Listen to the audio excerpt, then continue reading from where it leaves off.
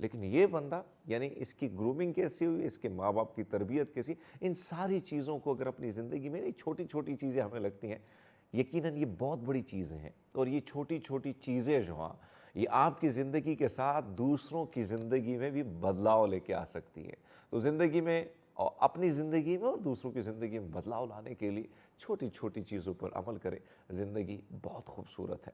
سو ناظرین, شروعات کرتے ہیں. آپ سب کا خوبصورت, جو آپ سب کا فیورٹ ہے وہ ہے سچ سویرا کا ڈیلی ڈوز.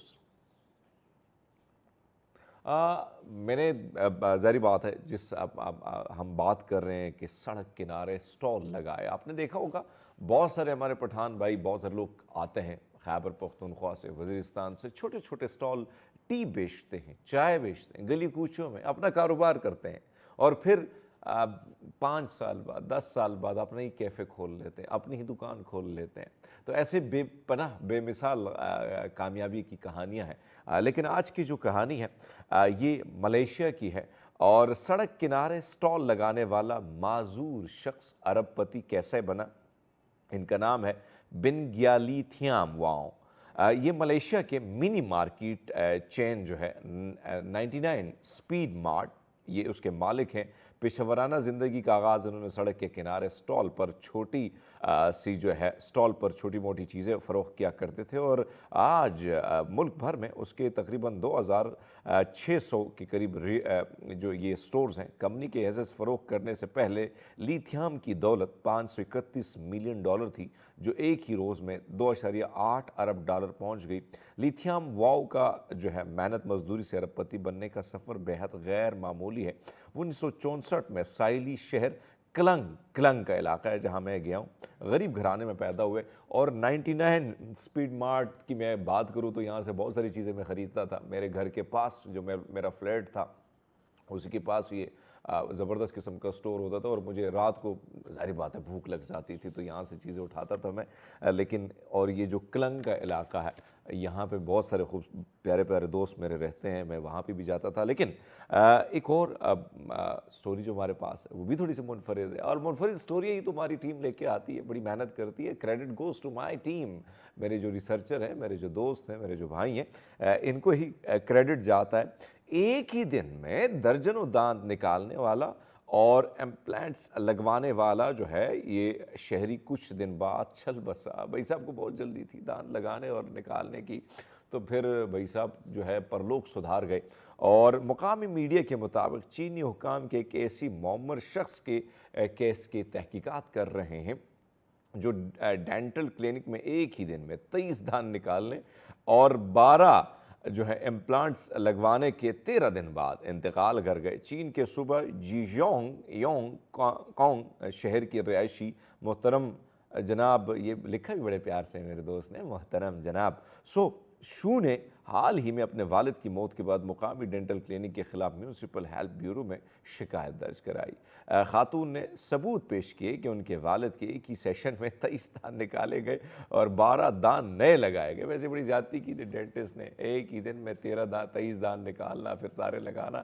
اور باہر دنیا میں, یہاں پہ تو دانت بہت زیادہ سستے ہیں, باہر بھئی انشورنس بھی کرنی پڑتی, بڑے مہنگے. اور مجھے یاد ہے کہ ایک دفعہ میرے دانت خراب ہوئے تو مجھے ڈاکٹر صاحب نے بولا کہ بھئی صاحب 9 سے 10 لاکھ روپے آئے گا. تو میں نے کہا بھائی پاکستان جاتے ہیں, وہاں پہ ٹریٹمنٹ کرتے ہیں. اور جب میں پاکستان آیا, آپ کو یقین آئے کہ نہیں ہے, میں نے 15-20 ہزار روپے میں ساری ٹریٹمنٹ کرا دی. سو انشورنس بڑی مہنگی ہے, اور اچھی انشورنس بھی مل جاتی ہے. اگر آپ کا دانت ٹوٹ جاتا ہے تو اچھے پیسے جو ہے مل جاتے ہیں. 20,000 سے زائد پراسرار گمشدگیوں والا ایک ٹرائنگل, ایک اور ٹرائنگل ہے بھائی صاحب. ایک ٹرائنگل تو برمودا ہے جس کے بارے میں بہت ساری فلمیں بنی ہیں, بہت سارے قصے کہانیاں ہیں, بہت سارے ناول ہیں, لیکن یہ والا تھوڑا سا ڈیفرنٹ ہے. ڈیفرنٹ کیسا ہے بتاتے ہیں آپ کو. برمودا ٹرائنگل دنیا بھر میں پراسرار گمشدگیوں کے لیے جانا جاتا ہے, لیکن ایک ایسی جگہ بھی موجود ہے جس سے بہت کم لوگ ناواقف ہیں یا واقف نہیں ہیں. ایسی ایک جگہ امریکی ریاست الاسکا کے علاقہ جو ہے انکریج, جونیو اور نیاک, یہ نام تھوڑے سے مشکل ہیں, اور ٹیاکاؤ کے درمیان ہے, جس کو الاسکا ٹرائنگل کے نام سے جانا جاتا ہے. الاسکا ٹرائنگل نے اپنی پراسرار ریت محققین کو چکرا کر رکھا ہوا ہے۔ 1970 کے بعد 20,000 سے زائد گمشدگی کی وجہ سے اس کے متعلق عجیب و غریب قسم کے نظریات جنم لیتے ہیں۔ یہ خطہ سب سے پہلے اکتوبر 1972 میں نظروں میں اس وقت نظر آیا جب ایک چھوٹے سے جہاز میں سوار 2 امریکی سیاستدان غائب ہو گئے۔ بڑے پیمانے پر تلاش کے باوجود طیارہ اور مسافر کبھی نہیں مل سکے، جس کے بعد جگہ کے متعلق پراسرائیت اور نت نئے خیالات نے جنم لیا۔ اور ویسے بھی اگر کہا جائے تو اس جیسے کہانیاں، اس جیسے علاقوں کے حوالے سے نت نئی قسم کی کہانیاں جڑی جاتی ہے، کہیں نہ کہیں بھوت پریت کے ساتھ، کہیں نہ کہیں کہا جاتا ہے کہ بھائی صاحب یہ سمندر ہی بڑا قاتل ہے، نگل لیتا ہے پوری کی پوری کشتی کو۔ تو آپ نے برمودا ٹرائنگل کے حوالے سے بڑی فلمیں دیکھی ہوں گی، اور اس میں ایک ایک منظر بڑے ہی خوفناک ہوتے ہیں، وہ خوفناک لہریں۔ اور چونکہ میرا اپنا تجربہ رہا ہے، مجھے یاد ہے کہ سمندر میں ہمارا جہاز جب خراب ہوا تو میں نے وہ بھیانک قسم کی لہریں دیکھی ہیں۔ اندھیرا، ایک طرف سے اندھیرا کیونکہ مغرب کا ٹائم تھا، اور کالا سیاہ پانی، اور انجن بالکل بند ہو گیا تھا جہاز کا، اور ایسا لگتا تھا کہ کسی بھی وقت جو ہے جہاز پلٹ سکتا ہے، اور نیچے جو مختلف ابھی مخلوقات ہیں، وہ جتنے بھی مخلوق ہیں وہ ہمارا انتظار کریں گے کب ہم شارک ہمیں نگلے گا۔ تو بھائی صاحب کیپٹن نے تو کہہ دیا تھا کہ بھائی صاحب آپ اپنے مذہب کے مطابق کلمہ پڑھیں، کیونکہ ایسا لگ رہا ہے کہ اب ہمارے دن جو ہے ختم ہونے والے ہیں۔ لیکن بہرحال رب نے زندگی دینی تھی تو دوبارہ زندگی میں آپ کے سامنے اسکرین پر بیٹھا ہوں۔ یہ بڑی خونی قسم کی لہریں ہوتی ہیں، اور اس کو اگر آپ کو ٹائم ملتا ہے تو برمودا ٹرائنگل کے حوالے سے بہت مزے کی فلم موجود ہے، وہ ضرور دیکھ لیجیے گا۔ دوستوں، سیگمنٹ بہت ہیں ہمارے پاس، مزے کے سیگمنٹ. ہماری کوشش ہوتی ہے کہ ہر نئے خوبصورت سے مہمان کے ساتھ آپ کی ملاقات کرائیں، اس کے تجربے کے مطابق اس سے سوال کریں اور اس کے جوابات کے ہم منتظر ہوتے ہیں. مجھے یقین ہے آپ بھی منتظر ہوتے ہیں. یہاں پہ لیتے ہیں ایک چھوٹا سا بریک، اس کے بعد حاضر ہوتے ہیں آپ کی خدمت. ہمارے ساتھ رہیے. Welcome back programme. ایک بار پھر آپ کو خوش آمدید کہتے ہیں. اور ناظرین، سب سے جو میں سمجھتا ہوں کہ اس وقت سب سے بڑا مسئلہ پوری دنیا میں جو ہے وہ ہے اس وقت چائلڈ لیبر کا. اور آپ کو یاد ہوگا ہمارے ایک ایسے ہیرو اقبال مسیح، جن پر فلم بھی بنی، ابھی ایک اچھی سی فلم بھی ان پر آئی ہے مارکیٹ میں، لیکن ان کے بارے میں اگر آپ دیکھیں تو وہ پہلے پاکستانی ہیرو بنے جو پوری دنیا میں چھا گئے. اور انہیں بڑی چھوٹی سی عمر میں جب ان پر بڑا ظلم کیا، زیادتی کی گئی، اور اس نوجوان چھوٹے سے بچے نے پھر اس پوری کایا جو ایک مافیا کی پلٹ دی. اور اس کے بعد پوری دنیا میں اقبال مسیح کا جو تھا وہ بڑا زیادہ مختلف سکولز میں ان کے بارے میں پڑھایا جاتا ہے، ابھی پڑھایا جاتا ہے، لیکن انفارچونیٹلی ہمارے ہاں بہت کم لوگ ان کے بارے میں جانتے ہیں. چونکہ یہ چائلڈ لیبر کا مسئلہ اتنا زیادہ ہے کہ صرف پاکستان میں نہیں، دنیا بھر میں جو ہے چائلڈ لیبر جو ہے وہ پائی جاتی ہے. اس کی سب سے بڑی وجہ جو ہے، جب آپ اپنے بچوں کو اپنے اسکول، جو گورنمنٹ ہوتی ہے جس کا کام یہی ہوتا ہے کہ اپنے جو نئی جنریشن ہے، جو لوگ ہیں، جو اپنی عوام ہے، اس کو جاب دینا، جاب کے ساتھ ساتھ ان کی سہولیات دینا، اسکول کی ہو، ہیلتھ کی ہو، دیگر چیزوں کی. لیکن چونکہ جو ہمارے جیسے تھرڈ ورلڈ کنٹریز ہیں وہاں پہ بڑے مسائل ہوتے ہیں. اب میں گیا عراق کی طرف، تو عراق میں نے دیکھا کہ چھوٹے چھوٹے بچے جن کی عمریں جو ہے تقریباً 8-9 سال 12 سال، کیونکہ وہاں پہ بھی اگر آپ دیکھیں تو غربت بڑی زیادہ ہے. سیریا سے بہت سارے جو پناہ گزین ہیں وہاں پہ ہیں، دیگر ممالک میں جنگ زدہ علاقے ہیں تو وہاں سے لوگ موو کر گئے بغداد کی طرف، ان علاقوں کی طرف. تو وہاں پہ بھی آپ کو ہوٹلوں میں چھوٹے چھوٹے بچے کام کرتے نظر آئیں گے. اس کی ایک تو چاہے ہم گھروں میں دیکھیں یا باہر دیکھیں، اور بڑے بڑے دعوے دار لوگ جو ہوتے ہیں، میں دیکھتا ہوں مجھے تو ہنسی بھی آتی ہے جب میں ٹی وی پہ ان کو دیکھتا ہوں کہ وہ چائلڈ لیبر پہ بات کرتے ہیں، لیکن یقین مانیں کہ ان کے گھروں میں بھی چائلڈ لیبر ہی ہوتے ہیں. ان کے گھروں میں وہی بچے بچیاں جو ہوتے ہیں وہ کام کرتی ہیں، اور ادھر کے ٹی وی پہ وہ بڑے تیس مار خان بننے ہوتے ہیں، اور وہ کہتے ہیں کہ بھائی صاحب یہ نہیں ہونا چاہیے، یہ نہیں ہونا چاہیے. لیکن اپنے گھر کے بارے میں ہماری سب سے بڑی پرابلم یہ ہے کہ ہم دوسروں کو ٹھیک کرنے کی تو سوچتے ہیں، ہم نے ہمیشہ انگلی ایسے رکھنی ہوتی ہے، لیکن یہ نہیں سوچتے کہ بھائی صاحب یہ والی جو مڑیاں ہیں نا، یہ میری طرف مڑی ہیں، کہ بھائی صاحب اپنا سدھار پہلے کرو. جب تک اپنے آپ کو نہیں سدھارو گے تو دوسروں کو کیسے سدھارو گے؟ بھائی صاحب پہلے اپنے آپ کو ٹھیک کرو، شروعات اپنے آپ سے کرو. جب آپ اپنے سے شروعات کرتے ہیں، یقین مانے تو پھر آپ اگر دوسرے کو بات کرتے ہیں تو وہ دیکھتا ہے کہ یس، اگر یہ ٹھیک ہے تو وائی ناٹ میں، اور میں اگر یہ ٹھیک ہے تو اس کی زندگی میں کیا سکون ہے، میں بھی اپنی زندگی میں یہ ساری چیزیں لا سکتا ہوں. تو یہاں پہ پرابلم یہ ہے کہ ہم بھاشن تو بہت اچھا دیتے ہیں، ٹیلی ویژن کی اسکرین پر بہت دیتے ہیں. مجھے بھی کہا گیا کسی نے کہ بھئی آپ کو اگر چائلڈ لیبر چاہیے گھر میں، تو میں نے کہا بالکل نہیں رکھنا ہوں، بالکل نہیں رکھنا ہے. رکھیں گے تو بڑے کوئی رکھ لیتے ہیں، ملازم اگر رکھنا ہے تو بچوں سے کام کیا کرنا ہے. اچھا، سب سے میں جن لوگوں سے ملتا ہوں، جب ان سے بات کرتا ہوں کہ بھئی آپ تو بڑا بھاشن دیتے ہیں، لیکن پھر یہ بچوں کو آپ نے گھر میں رکھا ہوا ہے، اور اس پہ بھی مطلب آپ جہاں جاتے ہیں تو آپ کہتے ہیں کہ بھئی صاحب یہ نہیں ہونا چاہیے، لیکن اس کے باوجود جو ہے وہ ہم یہ دیکھتے ہیں کہ پھر بھی انہوں نے گھر میں بچے جو ہیں ان سے کام کیا جاتا ہے. تو ایک بھائی صاحب مجھے کہنے لگے کہ یہ بڑا آسان ہوتا ہے بچوں کو مینیج کرنا، ان سے کام لیے جاتے، وہ باتیں سنتے بھی ہیں، بڑی آسانی سے بھی سن لیتے ہیں، ان کو ڈانٹ ڈپٹ بھی جاتا ہے، سمجھانا بھی آسان ہوتا ہے. تو اسی لیے آسانیاں بہت ہوتی ہیں. دوسری جانب ہم یہ دیکھتے ہیں کہ آپ کو گلی کوچوں میں بچے جو ہیں بھیک مانگتے نظر آئیں گے. بہت ساری ایسی چیزیں جو ہیں ہمارے پاس آتی جاتی ہیں جس کو دیکھ کے تکلیف بھی ہوتی ہے. پھر بہت ساری پارلیمنٹیرین نے بہت سارے قوانین بنائے، آپ کے سامنے ہے کہ اس پہ عمل درآمد ہوتا ہے. ان پارلیمنٹیرین کی میں بات کروں تو ان کے گھروں میں خود بھی بہت سارے منسٹروں کو میں جانتا ہوں جنہوں نے یہ بچے جو ہیں کام پہ رکھے ہوئے ہیں گھروں میں. بہرحال چائلڈ لیبر جو ہے ایک بہت ہی سنگین مسئلہ ہے، اور اس کا حل کیسے ہم نکالیں. اکبر نیازی جو بہت ہی خوبصورت مہمان ہیں ہمارے، آج ہی ہمارے شو میں ہمارے ساتھ اس شو کا حصہ بھی ہیں، سماجی کارکن ہیں، مختلف ایکٹیویٹیز میں آپ کو نظر آتے ہیں. نیازی صاحب بہت شکریہ آپ کا، اور گڈ مارننگ، کیسے ہیں آپ؟ ٹھیک ہیں؟ میرے خیال میں ٹریفک میں پھنسے تھے آپ تو تھوڑا سا ٹائم لگ گیا. جی بس ایسے ہی ہے، ایسے میں صبح آفس ٹائم ہوتا ہے اور اس کی وجہ سے جو ہے وہ کافی رش بنا ہوا ہوتا ہے. آپ کا بھی بہت شکریہ کہ آپ نے انوائٹ کیا. بہت شکریہ. نیازی صاحب، اس وقت جو سب سے بڑا مسئلہ ہے، یعنی میں صرف پاکستان کی بات نہیں کروں، دنیا بھر میں یہ مسائل ہیں چائلڈ لیبر کی. میں چاہتا ہوں اس چائلڈ لیبر سے کیا مراد ہے، کیا یعنی اس کو ہم کیسے لیں، کیونکہ ہر بندہ جو ہے نا اپنی طریقے سے تشریح بھی کر لیتا ہے. کسی نے بچے گھر میں رکھے ہیں تو وہ الگ سے تشریح کر رہا ہے، کسی نے اپنے فیکٹری میں رکھے ہیں یا ریسٹورنٹ میں رکھے ہیں تو الگ سے تشریح کر رہا ہے. جی حمید صاحب، میں آپ کو اس حوالے سے ایک بات بتاؤں کہ یونیسیف کی ایک رپورٹ آئی تھی جس کے حوالے سے انہوں نے یہ تشریح کی ہے کہ چائلڈ لیبر بیسیکلی ہے کیا چیز. اب اگر ایک بچہ، اس کا بچپن، اس کی امنگیں، اس کی تعلیم کسی معاملے میں متاثر ہو رہی ہے، اور وہ اس جو زندگی ایک عام بچے کو نارملی دینی چاہیے، اگر وہ کسی چیز سے ڈسٹرب ہو رہی ہے تو وہ تو چائلڈ لیبر میں شمار ہوگا. جیسے ہم دیکھتے ہیں کہ بہت سارے بچے بھٹوں پہ کام کر رہے ہوتے ہیں، اینٹیں بنانے میں کام، اور وہ اسکول نہیں جاتے. اسی طریقے سے ڈھابوں پہ، ہوٹلوں میں چھوٹے کا کردار ہمارے سامنے ہے.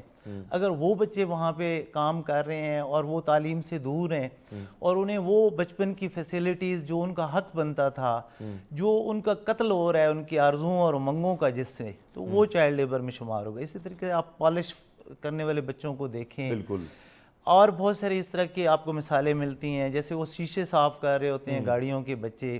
ٹھیک ہے جی. تو اس طرح کی بہت سارے عوامل ہیں جو ہمارے سامنے ہیں جو چائلڈ لیبر میں شمار ایک ہوں اور گے. چیز، آپ کو نہیں لگتا کہ ابھی آپ کے آنے سے پہلے بھی یہی بات کر رہا تھا کہ جو ہمارے جیسے تھرڈ ورلڈ کنٹریز ہیں، سب سے بڑا ایشو یہاں پہ یہ بھی ہے کہ روزگار نہیں ہے، غربت اتنی زیادہ ہے. اب ایک شخص تھے، ان سے میں نے کہا کہ اپنے بچوں پہ تعلیم کرو، تو اس نے کہا کہ تعلیم کے لیے پیسہ چاہیے، میں اتنا کماتا ہوں کہ وہ میڈیسن کے ہو جاتے ہیں. تو جو بچے کماتے ہیں اس سے ہمارا کم سے کم پیٹ جو ہے وہ ہماری جو بھوک ہے وہ مٹ جاتی ہے. تو آپ کو نہیں لگتا کہ اس چیز کو بالکل اسی طرح لیا نہیں گیا سیریس جو ہونا چاہیے تھا؟ اگر سیریس لیا جاتا، ایک طرف تو ہماری جو محترمہ ہے وزیر اعلیٰ صاحبہ، وہ دودھ پلانے کے چکر میں ہے، لیکن 2.5 کروڑ جو بچہ ہے وہ بیچارہ چائلڈ لیبر یعنی اسکول کی طرف نہیں آ رہا. تو اٹس مین کہ وہ کہیں نہ کہیں کام کر رہا ہے، اس کی طرف ہم نے کبھی سوچ نہیں دیا کہ دودھ پلانے سے بیٹر ہے کہ ہم اس کو اسکول ان بچوں کو لے آئیں. جی بالکل جی. یہ باقاعدہ ایک اتھینٹک رپورٹ ہے کہ 2 کروڑ 20 لاکھ سے زائد ایسے بچے ہیں پاکستان میں جو اس وقت چائلڈ لیبر کا شکار ہیں. اور اس کی جو آپ نے بات کی پولیٹیکل ہمارے لیڈرشپ کی، ہماری پولیٹیکل لیڈرشپ تو آپ کو پتہ ہے نا کہ اس کا تو مقصد ہی، اس اشرافیہ کا مقصد اپنے پیٹ بھرنے ہیں. ان کے پیٹ تو ٹائٹینک سے بھی بڑے ہیں، جو کہ کبھی بھر سکتے ہی نہیں ہیں. صحیح بات ہے، بالکل. ہمارے قوم کی ہڈیاں تک ان لوگوں نے چوس ڈالی ہیں. چاہے جتنے بھی لیڈرز ہیں، بہت ساری جتنی بھی سیاسی پارٹیز کا تذکرہ کریں، مطلب سنجیدگی کے ساتھ عوام کے مسائل کے اوپر تو غور بھی نہیں کیا گیا۔ اب میں آپ کو بتاؤں نا کہ جو آپ نے بات کی کہ بچے جو ہے وہ کس وجہ سے اس کام کی طرف آتے ہیں۔ اب ایک صورتحال تو یہ ہے نا کہ اگر بچے فرض کیا تعلیم کے بعد آتے ہیں اور وہ آ کے کوئی سکل سیکھتے ہیں، اپنے والدین کو کاروبار میں مدد کر رہے ہوتے ہیں اور ان کی ایک ٹریننگ ہو رہی ہے، تو اس کو ہم چائلڈ لیبر میں نہیں شمار کر سکتے۔ لیکن اگر وہ پھر بات وہی ہے کہ جہاں پہ ان کے بنیادی حقوق جو بچوں کو فراہم کرنی چاہیے کسی ریاست کو، کسی معاشرے کو، وہ اگر سلب ہو رہے ہیں تو پھر اس صورت میں آپ ضرور کہیں گے کہ آپ یہ ظلم اور زیادتی ہے۔ ایسا ایک اور چیز آپ کو نہیں لگتا کہ ایک طرف تو جو حکومت کی رسپانسبلٹی، جو اپنی بڑی خوبصورت بات کی کہ ٹائٹانک کی آپ نے مثال دی، اس میں کوئی شک نہیں کہ 5% اشرافیہ جس میں ہمارے چاہے وہ جرنیل ہیں، چاہے وہ جج ہیں، چاہے پولیٹیشین ہیں، گد کی طرح نوچ رہے ہیں، ہماری ہڈیوں کو، گوشت کو تو کھا چکی ہیں، ہڈی رہ چکی ہیں۔ اس وقت جو سچویشن ہے، یعنی رسپانسبلٹی آپ کو نہیں لگتا کہ ماں باپ کی بھی ہے؟ جس طریقے سے ہم، یعنی آپ دیکھیں، میں ہمیشہ اس کی مثال اس لیے دیتا ہوں کہ جانداد کا تعلق کوئٹہ سے ہے، 60 بچے وہ پیدا کر چکے ہیں، مزید وہ کہتا ہے 120 میں نے پیدا کرنے ہیں۔ تو یہ جو ہم نے پوری پرائمری اور درجن بچے پیدا کرنے ہیں، پھر آپ جائیں یہ جو کچی آبادیاں ہوتی ہیں، ان کے پاس تو اور کوئی مشغلہ ہی نہیں ہوتا ہے، تو ان کی جو بچے ہیں پھر وہاں سے جس طریقے سے وہ بچے بیچاروں کے پھر آگے جا کے ان کے پاس کوئی مستقبل نہیں ہوتا ہے۔ ہم نے ایک چیز جو رٹا لگایا کہ رب نے رزق کا وعدہ کیا ہے، رب نے بریانی کا نہیں کیا ہے، رب نے چکن قورمے کا نہیں کیا ہے، رب نے آپ کے ساتھ پلاؤ کا بکن ہاؤس اسکول میں داخلے کا وعدہ نہیں کیا ہے، پیٹ بھرنے کا کیا ہے۔ تو وہ پیٹ بھرنے کے لیے وہ بچہ جو ہے ساری عمر ذلیل ہو کے ذلیل، پھر وہ جب بڑا ہوتا ہے تو اس کا بچہ پیدا ہوتا ہے، وہ کہتا ہے بھائی آپ بھیک مانگو، میں نے بھی تو یہ مانگا ہے۔ یہ تو واقعی مسئلہ ہے اور یہ پوری دنیا کا مسئلہ ہے۔ پاپولیشن کے حوالے سے بہت سارے آپ کے سامنے 5ویں میں پہ آ گئے آتے ہیں اور بہت زیادہ، بلکہ ایشیا کی جو آبادی ہے وہ دنیا کی آدھی آبادی سے زیادہ، انڈیا کو ملائیں، پاکستان کو، چائنا کو ملائیں تو وہ تو تقریباً دنیا کا زیادہ تر حصہ کور کر جاتی ہے وہ پاپولیشن۔ بالکل اس پہ عمل درآمد ہونا چاہیے۔ ایسے پروگرامات ہیں، ایون ورلڈ ہیلتھ آرگنائزیشن نے بھی لانچ کیے ہیں، مختلف ممالک، پاکستان کے اوپر بڑی خصوصی توجہ دی ہے اور اس طرح کی اویئرنیس کے پروگرام ہیں، وزارت صحت بھی اس حوالے سے کرتی رہتی ہے۔ لیکن مسئلہ یہ ہے کہ جو بیسک اویئرنیس ہے تعلیم و تربیت، جب کسی معاشرے میں تعلیم و تربیت کی ریشو بہت کم ہو تو پھر وہاں پہ دیکھیں نا مسائل یہ ہے۔ اب آپ یہ دیکھیں کہ پوری دنیا میں 16 کروڑ سے زائد لوگ ہیں جو اس وقت چائلڈ لیبر مطلب کر رہے ہیں، 16 کروڑ، جس میں افریقی ممالک پہلے نمبر پہ ہیں، بحر الکاہل کی پٹی، دوسرے نمبر پہ ایشیا ہے، ٹھیک ہے، جس میں انڈیا بھی شامل ہے، جس میں پاکستان بھی شامل ہے، بنگلہ دیش بھی شامل ہے، جس میں سری لنکا بھی شامل ہے، اور اس طرح کے جاپان میں اس طرح کی چیزیں بہت کم ہیں، نہ ہونے کے برابر ہیں، لیکن ایران بھی ایون اس میں شامل ہے، ٹھیک ہے۔ اب یہ جو ممالک ہیں، یہ دنیا کی ٹوٹل آبادی ملا کے جو اس میں چائلڈ لیبر ہے، اس کا آدھے سے زیادہ حصہ چائلڈ لیبر کا ایشیائی ممالک میں ہے۔ پہلے نمبر پہ وہ ہے اور پھر بحر الکاہل کی پٹی کے ساتھ کے علاقے ہیں، اور دوسرے نمبر پہ جو ہے وہ ایشیائی ممالک ہیں، ٹھیک ہے۔ اب اس میں آپ جو جتنی بھی رپورٹس ہیں، چاہے UNICEF کی، MLO کی ہیں، اقوام متحدہ کے دیگر اداروں کی ہیں، ڈیولپمنٹ پروگرامز کی ہیں، NGOs کی ہیں اور فلاحی اداروں کی ہیں، وہ سارے ایک ہی بات پر متفق ہیں کہ اگر آپ چائلڈ لیبر کو ختم کرنا چاہتے ہیں تو پھر آپ کو ان وجوہات کا خاتمہ کرنا ہوگا جن کے تحت یہ عمل ہو رہا ہے۔ جب آپ کسی معاشرے میں روزگار فراہم نہیں کریں گے لوگوں کو، والدین تعلیم، جس طرح سے آپ نے بھی بات کی کہ تعلیم نہیں دے سکتے، ٹھیک ہے، اتنی آپ یہ دیکھیں کہ کتنی مہنگی تعلیم ہو چکی ہے۔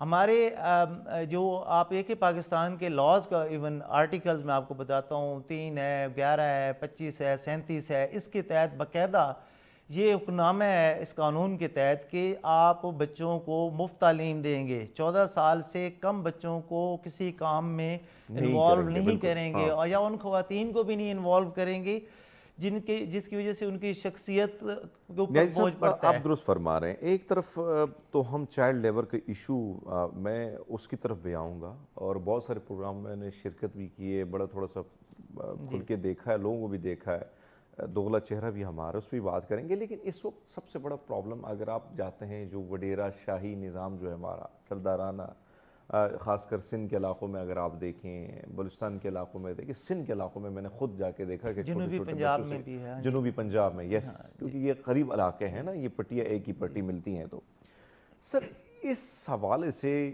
قوانین موجود ہیں, اس کے باوجود کیا یہ اشرافیہ, یہ جو سرداران جگیردار وڈیر اتنے طاقتور ہیں یہ کہ اس کے چنگل سے آج بھی بچے بہت سارے بیچارے ان کی زندگی کا خاتمہ ہو جاتا ہے؟ دیکھیں یہ فیوڈلزم جو جاگیردارانہ نظام ہے یہ اتنا ہمارے معاشرے کی بنیادوں میں, جڑوں میں. یعنی صاحب میرے خیال میں یہاں سے وہ کریں گے کوشش جواب کی, بار بار ہمارے پروڈیوسر صاحب کہتے ہیں کہ بریک کا ٹائم ہو گیا. دوستوں لیتے ایک چھوٹا سا بریک, سو ہمارے ساتھ رہیے گا. Welcome back. ظاہری بات ہے سوال ہم نے کیا تھا اور نیازی صاحب جواب دے رہے تھے, لیکن بہرحال سر آپ کنٹینیو کیجئے گا جو ہم نے. تو وہ امید پہ وہ بات ہو رہی تھی فیوڈلزم کے حوالے سے, جاگیردارانہ نظام کی وجہ سے, جس میں آپ نے بلوچستان, سندھ اور جنوبی پنجاب یا کچھ دیگر علاقوں کا بھی تذکرہ کیا.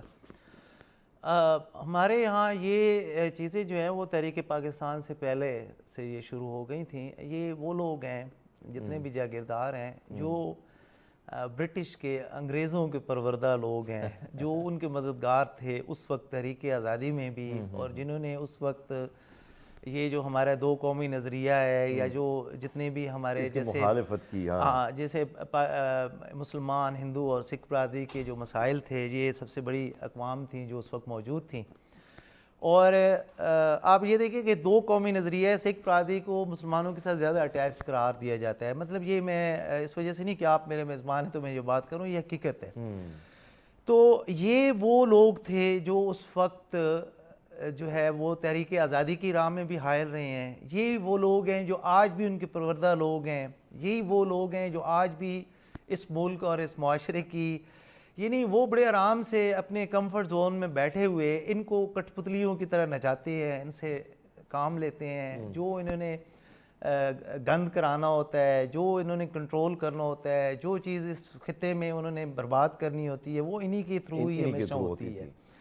اب آپ یہ دیکھیں کہ بہت ساری مثالیں چائلڈ لیبر کی میں آپ کو جنوبی پنجاب اور سندھ کے علاقوں میں, یعنی نوجوان جو لڑکیاں ہوتی ہیں 10 سے 12 سال, جو جوانی کی عمر کی طرف جا رہی ہوتی ہیں, ان کو 1 سال کے اوپر ٹھیکے پر دے دیا جاتا ہے. اور وہ اس سے زیادہ بری بات یہ ہے کہ مختلف ہمارے پڑھے لکھے لوگ جو آفیسرز ہوتے ہیں, مختلف شعبوں میں بڑی اہم ذمہ داریوں پر عائد مطلب لاگو ہوتے ہیں اور وہ چل رہے ہوتے ہیں, اس پہ ان کی ذمہ داریاں ہوتی ہیں, ان پر عائد ہوتی ہیں. وہ لوگ جو ہے وہ ان کو لیتے ہیں ٹھیکوں پر, سال کے 80-90 ہزار لاکھ روپے ان کے والدین آ کے لے جاتے ہیں. ٹھیک ہے, اور میں اس کو پرسنلی کئی دفعہ آبزرو کر چکا ہوں. میرا ایکسپیرینس ہے, آبزرویشن ہے اس چیز کے اوپر کہ میں نے ذاتی طور پر ایسے کئی چیزیں دیکھی ہیں. اب ان بچیوں کے ساتھ وہاں پہ جو ہوتا رہے آپ کے سامنے ہے, اسلام آباد میں کتنے واقعات سامنے آئے, جج صاحبہ کی بچی کے استریاں لگاتے رہے اور کوئی کسی کو مار دیا, کسی کو تشدد, ہاں جی تشدد کا. یہ سارے وہ بچے ہیں جو 1 سال ٹھیکے پر دیے جاتے ہیں. لڑکے بھی ہوتے ہیں اور لڑکیاں, لڑکیوں کی تعداد زیادہ ہے اس میں. ٹھیک ہے, اب ان کا کہنا یہ ہے کہ ہمیں وہ وسائل نہیں فراہم کیے گئے, ہم مجبور ہیں, ہم نے کسی نہ کسی طریقے سے پیٹ پالنا ہے اپنا, لہٰذا ہم نے اپنے بچوں کو اس گھر کو چلانے کے لیے اس کام پر لگایا ہوا ہے. یہ سب ایک اور چیز, اور یہ سارا جو ہے میں آپ کو یہ بتا دوں کہ یہ فیوڈل جو ہیں جو ہمارے, یہ ساری کی ساری چیزیں کر رہے ہیں. انہوں نے تو اپنی ذاتی جیلیں بنائی ہوئی ہیں, کچھ سامنے ہے اور کچھ نہیں پتا. ہمارے یہاں قانون کی بالادستی اس سطح پر نہیں ہے. ہمارے یہاں چیک اینڈ بیلنس اس طریقے سے نہیں ہے. بنانے کے لیے بھی تو یہ پارلیمنٹ میں بیٹھے ہوئے ہیں, یہی لوگ بیٹھے ہیں نا, مطلب جنہوں نے قانون کی, یعنی اب جو لفظ میں وہ استعمال نہیں کر سکتا, لیکن جو دھجیاں اڑا رہے ہیں, تو یہی وڈیرے آپ نے اس پارلیمنٹ میں کون سا عام آدمی دیکھا؟ زیادہ تر فیوڈل ہیں. دیکھیں ہمارے یہاں الیکشن لڑ بھی کون سکتا ہے, وہی بندہ لڑ سکتا ہے نا کہ جس کو آلریڈی سرمایہ دار ہو, جو 1-2-3 کروڑ کی جیسے زائد کی کھپت کر سکے اپنے ایم پی ایم این اے کے الیکشن پہ جیسے زیادہ کر سکے, یا پھر ٹکٹ خرید سکے. ہمارے یہاں تو ٹکٹ بھی بکتے ہیں ساری پارٹیوں کے, تو وہ جو کر سکتا ہے وہی کر سکتا ہے. جب یہ اس طریقے سے یہ لوگ آتے ہیں تو انہوں نے قوانین کیا بنانے ہیں, انہوں نے تو یہ کہنا ہے کہ میرا خرچہ کتنا ہے اور میں نے آگے سے نکالنا کیسے. اچھا سر, ایک اور چیز, آپ کو کیا وجوہات لگتی ہیں کہ کیا وجہ ہے کہ یعنی ہم بڑی عمر کے خواتین کو نہیں رکھا جاتا، مردوں کو نہیں رکھا جاتا، چھوٹے بچیوں پر کیوں فوکس کیا جاتا ہے کہ ان کو زیادہ رکھا جاتا ہے؟ کیا وجہ یہی ہے کہ وہ بات زیادہ سنتے ہیں، یا وجہ یہ ہے کہ جو ہے پیسہ بھی کم خرچ ہو جاتا ہے؟ دیکھیں، پہلی بات تو یہ ہے کہ وہ انڈر پریشر رہتے ہیں. دوسری بات یہ ہے کہ ان کے اندر چالاکی کا عنصر جو ہے بہت زیادہ وہ ہوتا ہے. ان کمپیریزن ٹو ایلڈرز کم ہوتا ہے، کیونکہ وہ آپ دیکھیں نا کہ ابھی وہ پھلنے پھولنے کی عمر ہوتی ہے نا. مطلب وہ اس عمر پہ نہیں ہوتے کہ جہاں پہ وہ شعور کی اس سطح پر پہنچ جائیں کہ میرے ساتھ زیادتی کون سی ہو رہی ہے، یا مجھے مس یوز کیا جا رہا ہے، یا مجھے بہت زیادہ کام کا بوجھ دیا جا رہا ہے. یہ والی چیز ان کے اندر اتنا سینس ڈیولپ نہیں ہوتا. یعنی وہ دوسری بات کہ وہ گھر کے اندر وہ کہتے ہیں کہ ہمارا گھر محفوظ رہے گا، بڑے چوری کر لیں گے، فلاں کر دیں گے. یہ اپنی جو ہے وہ اس طرح کے لوگوں کی جو اس طرح کے ظلم میں انوالو ہوتے ہیں، ان کی اپنی مختلف قسم کی جو ہے نا وہ وضاحتیں ہوتی ہیں کہ جی وہ اس سطح پر، یعنی کہ وہ بہت زیادہ سمجھدار ہیں، ضرورت سے زیادہ سمجھدار ہیں، جو نہ تو خدا کے نظام کو سمجھتے ہیں، نہ وہ قوانین کو سمجھتے ہیں، اور وہ اپنی مناپلی پہ اترے ہوئے ہیں، اور وہ جو لیتے ہیں اور انتہائی پڑھے لکھے ہونے کے باوجود اس کری فیل میں وہ جو ہے مبتلا ہوتے ہیں، اس میں شامل ہوتے ہیں. تو یہ ایسے لوگ ہیں جن کو مطلب ان کا مقصد صرف اور صرف ان کا مس یوز ہی ہوتا ہے. ان کو اگر وہ مارتے ہیں، پیٹتے ہیں، سلیپ کر دیتے ہیں تو وہ ان کو دبا لیتے ہیں. وہ بہت دیر سے جا کے یہ چیزیں رپورٹ ہوتی ہیں کہ ان کے ساتھ کیا، ایون سیکشولی ہراس ہوتے ہیں یہ بچے، چاہے وہ لڑکیاں ہوں چاہے وہ لڑکیاں ہوں. ایسے معاملات بالکل ہیں. جب ان کے والدین کو لگتا ہے سال تک نہیں، وہ آتے ہیں 2-3 مہینے بعد امداد کی. وہ اس کے علاوہ امداد کے بھی ایک کھاتا ان کا امداد کا بھی چالا ہوتا ہے جی کہ وہ تو ختم ہو گئے. تو وہ ایک طرح سے انہوں نے ایک سیاست چلائی ہوتی ہے کہ ہم ان بچیوں کو یا بچوں کو واپس لے جائیں گے، اور اب وہ کہتے ہیں کہ یہ ہمارا کام چل رہا ہے اچھے طریقے سے، تو چلو یار ان کو 5-10 ہزار کی امداد دے دی جائے اور صرف جان چھڑا لی جائے. یہ سارا وہ معاملہ ہے جو چل رہا ہے. میں کہتا ہوں کہ ہمارے جو حکمران ہیں، ہمارے جتنے بھی اشرافی ہیں، جتنے بھی ارباب اختیار ہیں، یہ تو یقیناً عقل کے بھی اندھے ہیں اور نظر سے بھی اندھے ہیں، اور یا ان کی آنکھوں پہ پٹی بندھی ہوئی ہے کہ ان کو روڈز پہ کیسے نظر آئیں گے جب یہ اپنا پوری ٹریفک میں اپنا الگ سے راستہ بنا کے نکل جاتے ہیں روٹس لگا کے. تو ان کو عام معاشرے کے مسائل کیسے نظر آئیں گے؟ بات بالکل آپ کی درست ہے کہ ظاہری بات ہے کہ عام مسائل اس شخص کو نظر آئیں گے جو ریئل نمائندہ ہو، جو عوام کا نمائندہ ہو، عوامی نمائندہ ہو، اور عوام کے نمائندہ یعنی حقیقی نمائندہ ہو تو اس کو سمجھ ہوتی ہے. لیکن جن کے اپنی زندگی کئی تک محدود ہے تو اس کو کیا پتہ. سر اس وقت اگر ہم دیکھیں جو بھٹا انڈسٹری ہوتی ہے جہاں پہ اینٹیں چھوٹے چھوٹے بچوں سے جو مشقت کی جاتی ہے، ہم دیکھتے ہیں کہ سپریم کورٹ، مجھے آج بھی یاد ہے جب میں ایز اے رپورٹر کام کرتا تھا، سپریم کورٹ بیٹ میرے پاس تھی، تو اس وقت یہ مسئلہ بڑا اٹھایا گیا تھا. پھر نوٹس وغیرہ لیے گئے، لوگوں کو بلایا گیا.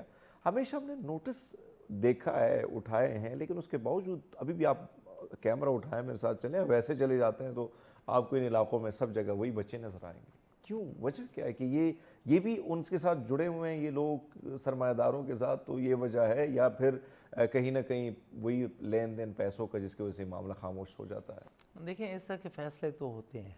جب بھی ہوا اس طرح کے واقعات کے، جب میڈیا نوٹس لیتا ہے اور وہ میڈیا ٹرائل بنتے ہیں تو وہاں پہ جا کے کچھ نہ کچھ ہوتا ہے. لیکن عمل درآمد جو ہے وہ اب سپریم کورٹ نے ایک آرڈر دے دی ہے یا ہائی کورٹ نے ایک آرڈر دیا ہے، اس پہ عمل درآمد کرنا جو ہے وہ سب سے اہم بات ہے. اب اس پہ عمل درآمد جو ہے وہ ہمارے ان فورسز نے کرنا ہے جو اس چیز کے لیے اپوائنٹڈ ہیں ہمارے معاشرے میں. یعنی یا تو پولیس کرے گی یا پھر اس طرح کے دیگر ادارے کریں گے اس پہ عمل درآمد کرانے کے لیے. قوانین بھی بنے ہوئے ہیں. ابھی میں نے آپ کو 3-4 آرٹیکلز کا حوالہ دیا، 3, 11, 25, 37 اور اس طرح کا حوالہ بھی دے دیا. ان آرٹیکلز کے تحت وہ ساری چیزیں، وہ پورے ایک ضابطہ جو ہے وہ وضع کیا گیا ہے. اب مسئلہ یہ ہے کہ پہلی بات یہ ہے کہ عمل درآمد نہیں ہے. دوسری بات یہ ہے کہ ہمارا مسئلہ یہ نہیں ہے. ہمارے جتنے بھی ارباب اختیار ادارے ان کا مسئلہ عوام کی فلاح ہے ہی نہیں، یا عوام کی اس طرح کے مسائل نہیں ہے، نہ انہوں نے کبھی تعلیم پر کام کیا، نہ انہوں نے کبھی بے روزگاری کے حوالے سے کام کیا، نہ انہوں نے چائلڈ لیبر کے حوالے سے کام کیا. اسی طریقے کے بہت سے دیگر ہمارے مسائل ہیں جن کے اوپر کام نہیں کیا. ہماری معیشت کدھر کھڑی ہے، ہماری سائنس اینڈ ٹیکنالوجی میں کتنی ترقی ہوئی ہے، ہم کیا کیا بات کریں. صحیح بات ہے. ان کا مطمع نظر، میں نے آپ کو پہلے بھی بتایا ہے کہ یہ ٹائٹینک سے بڑے پیٹوں پر مبنی یہ لوگ ہیں، ان کا مطمع نظر صرف اور صرف اپنا پیٹ بھرنا ہے. اچھا میں نے ایک اور چیز نیازی صاحب دیکھی ہے، یعنی آپ جیسے نوجوان جو کام کرتے ہیں، لکھتے بھی ہیں، بہت سے لوگ فیلڈ میں بھی کام کرتے ہیں. اب میرے بہت سارے میرے خیال سوشل میڈیا میں میری بہت ساری رپورٹس پڑھی بھی ہیں، میرے اپنے یوٹیوب پہ بھی پڑھی ہیں. یہاں پر میں نے 2-3 لڑکے دیکھے ہیں کہ انہوں نے مجھے بلایا کہ سر آپ آ جائیں، کوئی رپورٹ وغیرہ بنا دیں. تو وہ کیا کرتے ہیں، یہی بچے جو ہیں، کیونکہ ظاہری بات ہے وہ کہتا ہے کہ ہمارے پاس اتنے نہیں ہے کہ ان کے گھروں کو ہم پالیں. یہ بچے جو محنت مشقت کرتے ہیں تو شام کے وقت ان نوجوان جو یونیورسٹی کے جو اپنے پیسے لگا کے وہ جا کے ان بچوں کو پڑھاتے ہیں. اور مجھے انہوں نے باقاعدہ ایک لسٹ دکھائی کہ یہ بچے میٹرک پاس کر چکے ہیں، یہ لڑکوں کو ہم نے یہ سروس، آج وہ لڑکے کچھ لڑکیاں جو ہیں وہ اچھی جگہ پہنچ گئے ہیں. یعنی اگر یہ سوچ ایک عام نوجوان کر سکتا ہے، بنا سکتا ہے، اس پہ امپلیمنٹیشن، اس پہ عمل درآمد کر سکتا ہے، تو وائی ناٹ یہ لوگ جن کے پاس عہدے ہیں. ہاں دیکھیے، یہ تو اپنی مدد آپ کے تحت بہت ساری چیزیں ہمارے معاشرے میں ہو رہی ہیں. ابھی پچھلے دنوں وہ جب یہ بارشوں کی وجہ سے مسائل بنے تو وہ میں دیکھ رہا تھا کہ وہ جو بیچارے پسے ہوئے ہمارے طبقات تھے وہ کہتے ہیں کہ ہم چندہ اکٹھا کریں، ہمیں مراد علی شاہ صاحب کو سندھ میں پیش کریں گے کہ ان کے پاس فنڈز کی کمی ہے. تو مطلب اس طرح کی چیزیں اپنی مدد آپ کے تحت سڑکوں کی بھی بہت ساری چیزیں ہمارے لوگ کرتے ہیں، لیکن ان کے پاس کتنے وسائل ہیں اور وہ کب تک کر سکتے ہیں اور کتنا کر سکتے ہیں. یعنی جن لوگوں کی ذمہ داری ہے کرنا تو ان کو چاہیے. ٹھیک ہے، سارا نظام ان کے پاس ہے، سارے ہیڈز بجٹ کے ان کے پاس ہیں، اس کو تقسیم انہوں نے کرنا ہے. وسائل کی تقسیم جہاں پہ منصفانہ نہ ہو، صحیح طریقے سے آپ وسائل کی تقسیم نہ کر رہے ہوں اور بندر بانڈ کا اعلیٰ نمونہ بنے ہوئے ہوں، ٹھیک ہے، اس کو بھی دینا ہے. سب سے پہلے میری طرف ایک کپل ہے، معذرت کے ساتھ، سوری ٹو انٹرپٹ یو، اور میرے شو میں تھے جب میں ایک اور چینل میں کام کر رہا تھا، تو انہوں نے کہا بریک میں مجھے انہوں نے بات کی کہ ہم ان بچوں کو ایک E11 کے پاس سوسائٹی ہے وہاں پر ہم بچوں کو پڑھاتے ہیں، تو وہاں پہ ایک ریٹائر کرنل صاحب ہیں اور ایک اور موصوف ہیں، وہ دھمکیاں دیتے ہیں کہ یہ گندے بچے آپ انٹر کیوں کرتے ہیں ہماری سوسائٹی میں. یعنی ایک طرف تو یہ سوچ ہے، دوسرے طرف جن بچوں نے یہ اسکول کھولے ہیں ان کو CDA کی جانب سے تنگ کیا جاتا ہے. یعنی وہ تو عرضی ٹینٹ ہے، اکھاڑ کے چلے جاتے ہیں، پھر بھی تنگ کیا جاتا ہے تاکہ کچھ پیسے وغیرہ دے دے. تو یعنی اخلاقی طور پر ہم کتنی یعنی پستی کا شکار ہو گئے کہ بھائی صاحب ان غریب بچوں کو آپ سوسائٹی میں کیوں داخل کر رہے ہو. جی، یہ اخلاقی گراوٹ اس وجہ سے ہے کہ ایک ہوتی ہے تعلیم اور ڈگری کاغذ کے حاصل کرنا، اور ایک ہوتا ہے آپ کا ذہن جو ہے اس میں شعور بیدار ہو جانا. یہ لوگ بیسیکلی وہ لوگ ہیں جو احساس کمتری کا شکار لوگ ہیں. ضروری نہیں ہے کہ یہ بھی کوئی بہت بڑے کوئی گھرانوں سے تھے، ضروری نہیں ہے کہ یہ بھی اسی طریقے سے ہی آتے ہیں. ہمارے یہاں افسر شاہی کا جو ہے نا ایک بڑا افسری ہے جی اس کی، ٹھیک ہے، یہ افسری جو ایک مائنڈ سیٹ ہے اس کو ختم کرنے کی ضرورت ہے. ٹھیک ہے، آپ افسر ہیں، آپ کا کام ہے، آپ اگر کسی بھی ادارے سے تعلق رکھتے ہیں، چاہے وہ افواج پاکستان کا ہو، چاہے وہ سول کا ادارہ ہو، آپ کی ڈسکرپشنز ہیں جاب کی بالکل کلیئرلی مینشن ہے کہ you have to do these responsibility regarding to your job. Either you are an officer or a servant, civil servant, or belongs to any department. Everything is described, well mentioned in that kind of job. ٹھیک ہے، اگر وہ اس description سے باہر جاتے ہیں از خود تب بھی وہ غلط کرتے ہیں. اگر ان کے آفیسرز اس ڈسکرپشن سے انہیں باہر لے کے جانے کی کوشش کرتے ہیں، جیسے ہمارے یہاں پیون اور اس طرح کے لوگوں کو گھر کے بلوں کے لیے، بچوں کو جو ہے نا فیڈ کرانے کے لیے اور پتہ نہیں کس کس کاموں کے لیے ہمارے آفیسر، یہ افسر شاہی کی میں بات صحیح بات ہے، یہ کام کر رہے ہیں. ٹھیک ہے، اب مسئلہ یہ ہے کہ وہ کہتے ہیں، وہ پنجابی کی ایک مثال ہے، آپ کی تو مادری زبان ہے کہ منجا دیا پیڑا نہیں. یعنی اوپر سے لے کر نیچے تک نظام ہی ایسا انہوں نے وضع کر دیا ہے کہ ایک دوسرے کو پروٹیکٹ کر رہے ہوتے ہیں. بالکل. اکبر نیازی صاحب ظاہری بات ہے کہ جو گفتگو آپ فرما رہے ہیں اس میں اگر ہم 2 گھنٹے تک بات کریں تو بہت ساری باتیں ہو سکتی ہیں، لیکن ہمیں ظاہری بات ہے اس سیگمنٹ کو وائنڈ اپ کرنا ہے. ہم چاہتے ہیں کہ جاتے جاتے ایک اچھا سا پیغام آپ ہمارے دیکھنے والوں کو دیں. جی پیغام میرا دیکھنے والوں سے زیادہ جو ہے وہ ہمارے ارباب اختیار کے لیے ہے کہ آپ ان وجوہات کو ختم کریں اور وہ وسائل ان لوگوں کو فراہم کریں جن کی وجہ سے مجبور ہو کر پاکستان میں 2 کروڑ 20 لاکھ سے زائد بچے جو ہیں اپنی بچپن کی امنگوں سے، اپنی تعلیم سے، اپنی اس معصومیت سے محروم ہو چکے ہیں. بہت خوبصورت پیغام، اور اللہ کرے کہ ہمارے جو ارباب اختیار ہے ان کو تھوڑی بہت فکر، تھوڑا بہت خیال ان لوگوں کو بھی آئے تو کم سے کم ایک نیا معاشرہ بھی ہم تشکیل دے سکتے ہیں، کیونکہ یہی نوجوان اس ملک کا آنے والا یعنی مستقبل کا سرمایہ تو یہی ہے. ناظرین لیتے ہیں نیوز بریک، اس کے بعد حاضر ہوتے ہیں ایک نئے مہمان کے ساتھ. سو ہمارے ساتھ رہیے گا. Welcome back programme. ایک بار پھر آپ کو خوش آمدید کہتے ہیں ایک نئے مہمان کے ساتھ، اور بات جو ہوگی اسی ٹاپک پہ، کیونکہ سب سے بڑا مسئلہ ہے بھائی صاحب کہ ہم نہ واک کریں، نہ ہم جو ہے کھانے پہ کنٹرول کریں، اور ہم اپنا وزن جو ہے یعنی اپنے 6 پیک جو ہیں ہم بنا کے رکھیں، چاہے وہ لڑکے ہیں لڑکے ہیں. اپنے آپ دونوں کو خیال ہے کہ بھائی صاحب فگر جو ہے یا باڈی جو ہے یہ بڑی سمارٹ ہونی چاہیے.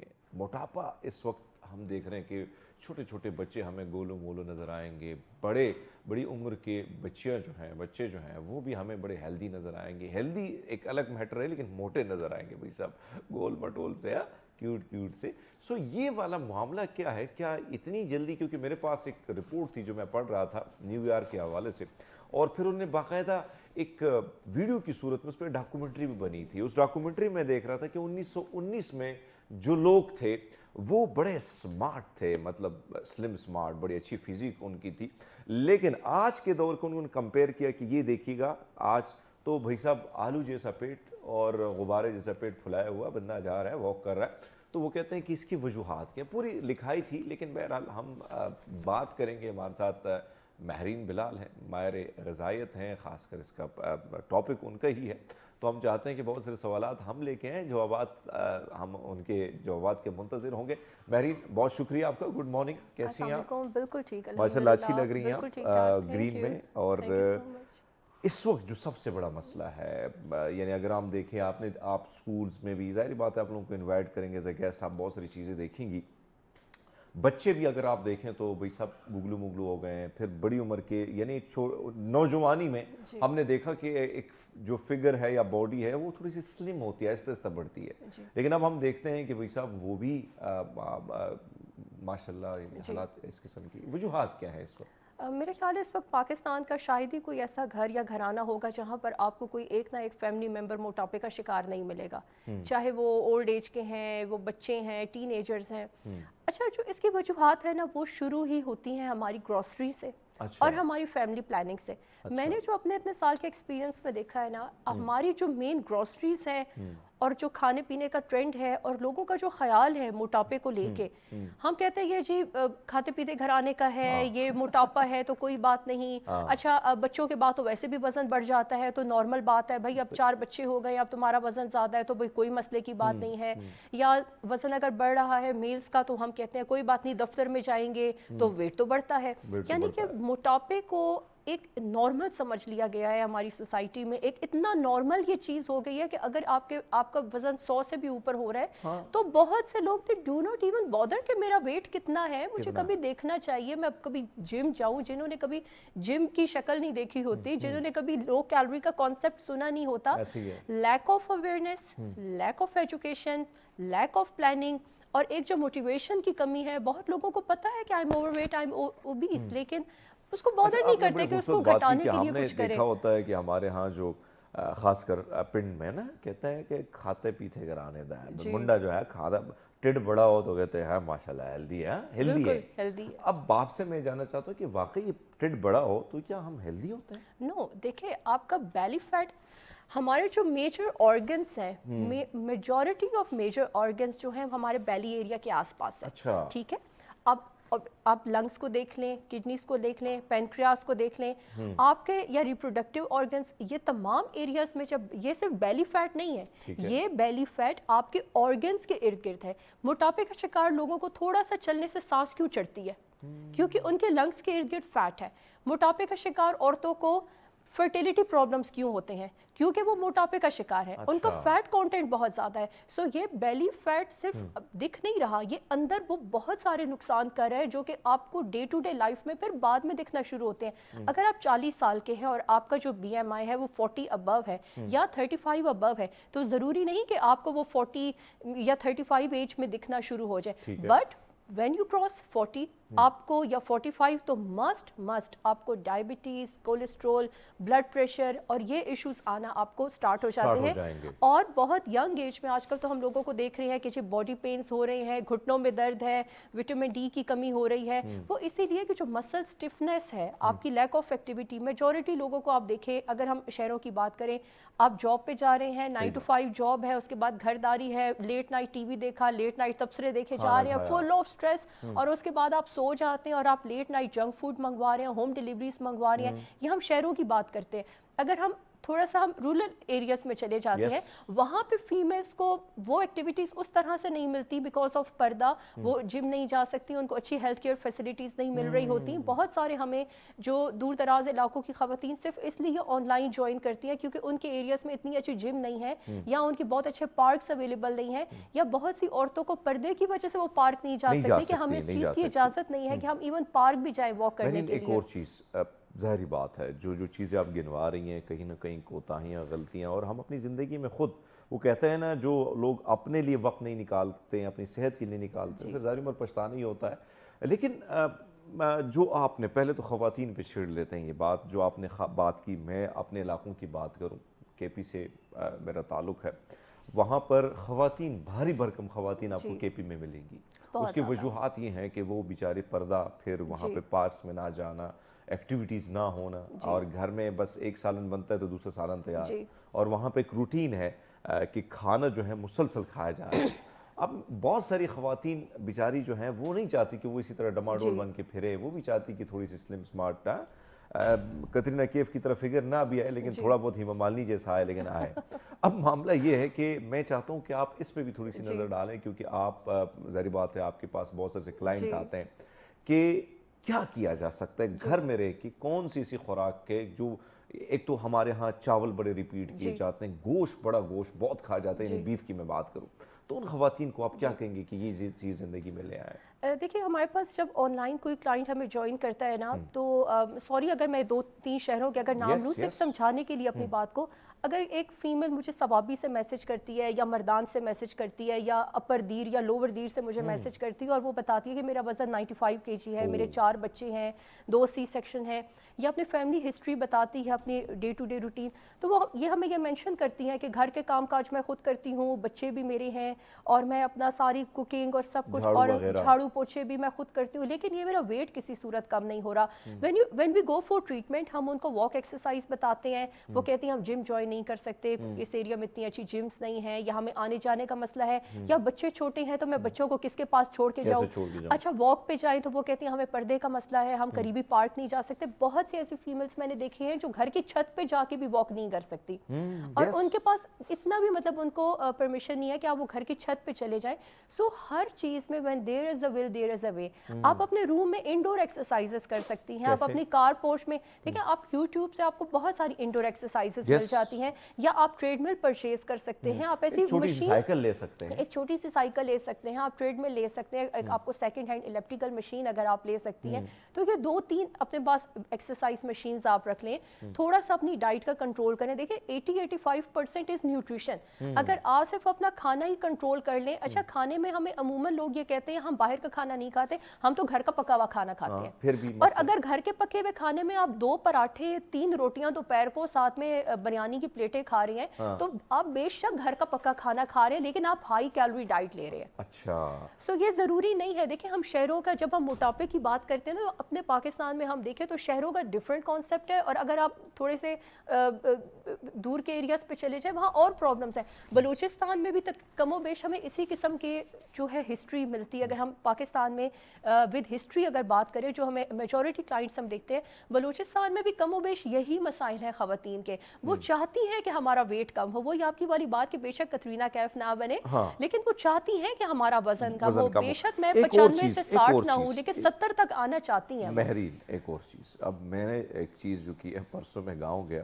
اور تعزیت کے لیے گیا تھا, تو پھر اپنی بہن کے ساتھ بیٹھا, تو پھر ظاہری بات ہے گاؤں کے لوگوں کے بارے میں پوچھنا, بہت عرصے بعد کہیں جاتا ہوں میں, 2 سال 3 سال بعد تو, اور مجھے بتا رہی تھی وہ میری بہن کے فلاں فلاں جو ہے نا وہ لڑکیاں جو ہے نا وہ بہت موٹی ہو گئی اور بڑی خوش ہیں کہ ہم اس دروازے میں بھی, وہ آتی ہیں تو دروازے میں بھی اندر آنا بڑا مشکل ہوتا ہے. تو میں نے کہا اس کی وجہ کیا ہے, خوش کیوں کہتی ہیں, ہمیں اچھا لگتا ہے. اب میں نے بہت سارے یہاں پہ بھی دیکھا ہے, کچھ نوجوان, کچھ لڑکیاں, لڑکے جو ہیں وہ اپنے آپ کو موٹا کرنے کے لیے طرح طرح کے جو ہیں آپ فارمولے اپلائی کرتے ہیں, طرح طرح کی ٹیبلٹس آئی ہوئی ہیں, آپ نے دیکھا ہوگا کچھ ایسی چیزیں آئی ہیں جس کو کھا کے آپ بہت زیادہ آپ لگتے تو ہیں. اس کا کیا نقصان ہوتا ہے؟ میرا خیال ہے دیکھیں اگر آپ باڈی بلڈنگ کی آپ بات کریں, میں ویسے ہی کہہ رہا ہوں کہ بہت سارے لوگ ویسے باڈی بلڈنگ تو الگ چیز ہے, میں خود جم کرتا ہوں, وہ جس میں بہت ساری ایسی چیز ہوتی ہیں جو کیمیکل یا پروٹینز وغیرہ لوگ لیتے ہیں. بہرحال میرے خیال میں سوال یہاں سے ہی کنٹینیو کریں گے, بھائی صاحب کہہ رہے ہیں کہ بریک لینی ہے, سو بریک لیتے ہیں. ناظرین حاضر ہوتے ہیں آپ کی خدمت میں ایک بار پھر. ویلکم بیک جی, پروگرام میں ایک بار پھر خوش آمدید کہتے ہیں. اور سوال جو ہم نے رکھا تھا, ظاہری بات ہے کہ اب ایک ہوتا ہے ہیلدی, ایک ہوتا ہے موٹا ہونا. تو مہرین جو میں بات کر رہا تھا کہ بہت سارے لوگوں کی خواہش ہوتی ہے, اور میں یہ خود چیزیں دیکھ چکا ہوں, اور فارمولے بھی بہت سارے آئے ہیں, کچھ ایسی میڈیسنز بھی آئی ہیں جو پھلا دیتی ہیں, غبارے کی طرف پھلا دیتی ہیں. لوگ بڑے خوش ہوتے ہیں کہ ویسے میں ہیلدی ہو گیا. اب یہ ہیلدی اور غبارے کی طرف پھولنے میں کیا فرق ہے؟ دیکھیں اگر آپ اسٹیرائڈس کا یوز کرتے ہیں یا آپ پروٹین سپلیمنٹس کا یوز کرتے ہیں, پروٹین شیکس کا یوز کرتے ہیں, ڈیفینیٹلی ایک تو اسٹیرائڈس آپ بھوک بہت لگتی ہے, ٹھیک ہے, آپ تھوڑی تھوڑی دیر کے بعد آپ کھاتے ہیں. اب اس صورت میں جب آپ انڈر ویٹ ہے, آپ پروٹین سپلیمنٹس یوز کر رہے ہیں, جم کر رہے ہیں, مسل بلڈ کر رہے ہیں, ساتھ میں آپ اپنا اگر اسٹیرائڈس آپ کو ڈاکٹر نے ریکمینڈ کیا, فرسٹ آف آل اگر اسٹیرائڈ ڈاکٹر نے ریکمینڈ کیے ہیں پھر یوز کرنے ہیں. آپ نے خود سے نہیں پھکیاں مار مار کے اسٹیرائڈس کھانے شروع کر دینے کہ میں جی اپنی باڈی بنا رہا ہوں یا میں ویٹ گین کرنا ہوں, جو بہت لوگ غلطی کرتے ہیں. اور پھر وہیں پہ دیکھیں جب بھی آپ کوئی چیز وداؤٹ فزیشین یا وداؤٹ ایڈوائس یوز کریں گے, اگر اس چیز کا سائیڈ افیکٹ ہوتا ہے تو ہولی سولی وہ بندہ خود رسپانسبل ہوتا ہے. کیونکہ میں نے بھی جم جانا ہوتا ہے, لیکن میں نے اتنی بڑی باڈی کی مجھے خواہش نہیں ہے, بس ٹھیک رہوں, فٹ رہوں.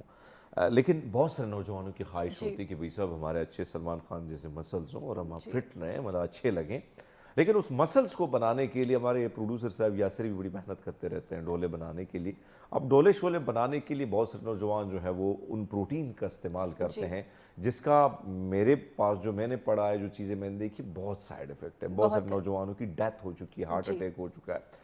آپ بیٹھی ہیں تو ایسی نیچرلی کوئی پروٹین بتائیں کہ وہ جو یاسر بھائی ہے وہ جم جائے تو ڈولے شولے بنائے تو کم سے کم وہ یہ والی پروٹین استعمال کرے تو بہتر فیل کر سکتا ہے. دیکھیں پروٹین کی سب سے پہلے آپ کو ریکوائرمنٹ دیکھنی ہوتی ہے کہ ایک بندے کو پروٹین کی کتنی ریکوائرمنٹ ہے. ہم ایک ایوریج ایڈلٹ ہیلدی اگر بندے کی بات کرتے ہیں وداؤٹ اینی ڈیزیز, تو ہم تقریباً اس کو اپروکسیمیٹ کیلکولیٹ اس طرح سے کرتے ہیں کہ 1 گرام پروٹین پر کے جی باڈی ویٹ کے حساب سے, ٹھیک ہے. تو آپ کا جتنا بھی باڈی ویٹ ہے اس حساب سے آپ کا 1 گرام پر کے جی کے حساب سے ہم اس کو کیلکولیٹ کر لیتے ہیں. اب اگر آپ کوئی ایکسٹرا ایفرٹ کر رہے ہیں, آپ ورک آؤٹ کر رہے ہیں, باڈی بلڈ کرنا چاہ رہے ہیں, اسپورٹس ہے, یا پھر آپ کسی ایسی ایکٹیویٹی میں ہیں یا ویٹ گین کرنا چاہ رہے ہیں, تو پھر اس صورت میں آپ کو تھوڑی سی ہائی پروٹین ڈائٹ کی طرف جانا ہوتا ہے. تو آپ اس کو تقریباً 1.2 یا 1.5 گرام پر کے جی کے حساب سے بھی لے کے جا سکتے ہیں. اگین میں یہ کہہ رہی ہوں کہ آپ جب بھی کوئی ڈائٹ پلان بنواتے ہیں تو ضرور اپنے, آپ کے اگر جم میں کوئی نیوٹریشنسٹ ہیں, فٹنس ٹرینر ہیں یا آپ کے ڈاکٹر ہیں, آپ ان سے ضرور اپنی پروٹین ریکوائرمنٹ کیلکولیٹ کروائیں کہ آپ کو کتنی پروٹینز کی ضرورت ہے. بلائنڈلی جب آپ پروٹینز یوز کریں گے, اب آپ کو نہیں پتا کہ آپ دن میں 300 گرام پروٹین لے رہے ہیں, 400 گرام پروٹین لے رہے ہیں, اور پھر جو آپ ایکسٹرا پروٹینز لے رہے ہیں وہ جا کہاں رہی ہیں. اگر تو وہ ایکسٹرا پروٹینز کنزیوم ہو رہی ہیں اور وہ مسل بلڈ ہو رہا ہے تب تو ٹھیک ہے, لیکن اگر آپ اتنی ایکسٹرا ہائی پروٹین ڈائٹ لینے کے بعد اس پر مسل بلڈ نہیں کر رہے تو وہ پروٹینز آپ کی ہی باڈی میں آپ کو ہی نقصان پہنچائیں گی. وہ آپ کی کڈنیز کو ڈیمیج کریں گی, آپ کے لیور کو ڈیمیج کریں گی, آپ کا یورک ایسڈ ہائی ہوگا, آپ کو جوائنٹ پرابلم ہو سکتے ہیں,